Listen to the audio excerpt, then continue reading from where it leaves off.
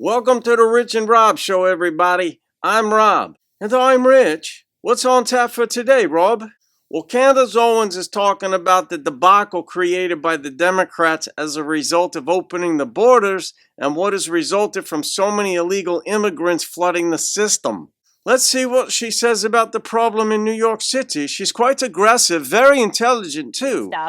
You're not going to believe the story coming out of New York City. Actually, you will. I think now we're past the stage where we don't believe it anymore. So Eric Adams, the mayor of New York, has decided that $53 million need to go onto prepaid debit cards, and be given to migrants to buy food and baby supplies. Because what happened was the city was providing these migrants meals, and the migrants were like, we don't like these meals. We want to decide what we want to eat all by ourselves. So the city said, okay, you don't like what we're giving you? Okay, so we will just give you prepaid debit cards and you can decide what you want to eat. A family of 4 will get a card loaded with $1,000 a month. The city is saying that they only want these cards to be used at bodegas, supermarkets, and delis. And they're going to make the migrants sign an affidavit agreeing that that's how they'll spend their money. And then they have no way to track it. They'll have no idea because it's a prepaid debit card. But definitely once you get them to sign an affidavit agreeing that they are going to spend taxpayers' dollars at a bodega and they're only going to use it on food, we can totally trust them. Yeah. Candace is now going to talk about what has been happening as a result of not having standards in the first place for immigration. There's no respect for the law. If you don't work for something, then there's no respect built into it. Illegal migrants in New York City, by the way, his name is John Boada. He's 22 years old, and he beat down a New York City police officer. It was caught on camera, by the way. Take a look. So if you're listening to this podcast, it's illegal immigrants. Their faces are covered. They are kicking this police officer on the ground. I'm not exactly sure what could have led to this, but if you are a migrant and this is your country that you came to start a new life because you're just so poor and they just want opportunities just like Americans, yet this is not really the vibe. So in case you're wondering what happened to him, you would go, oh, he must be in so much trouble. He must be in prison. Oh, we must have deported him.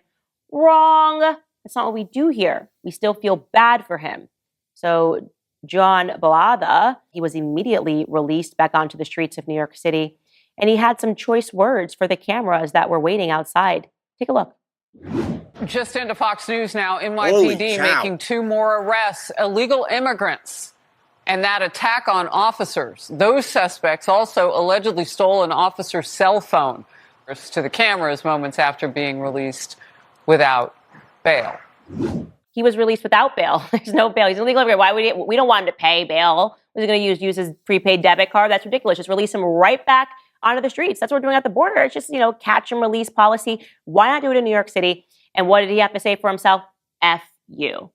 That's what he wants you guys to know. He's 22 years old. And he wants you guys to know, F you. Yes, I just beat up one of your police officers. Who cares? And what can I say to counter that? If this is going to be our perspective as Americans, that we are not going to stand up for ourselves, that we are not going to expect the government to stand up for us, and we're going to continue allow them to rake us over the coals financially for projects like this, trying to delude us into believing that these people just want an opportunity, then at the end of the day, you get what you deserve. You get who you vote for. What are your thoughts about that, Rob? Well, I understand being compassionate and feeling bad for people and everything, but there has to be a standard somewhere, otherwise it gets out of control, and that's exactly what we're seeing now. Right, it even goes back to Ronald Reagan when he said that a nation that cannot control its borders is not a nation. And we are seeing that today. And the thing is, we can control the nation and the borders. It's that the Biden administration purposely decided not to control the border. And now even his supporters are realizing what he's done. Yes, the taxpayers and the poor who have lived here for decades in the city are paying the price. They're being overrun, and it's not even fair that all this money is being given to people who have not been in the country, and yet those who have been here, they have to sit by and watch. Well, we got the point from Candace, so that does it for today, everybody. Leave your comments, subscribe to the channel if you would. It helps move things along. Make good choices and have a nice day. Cheers!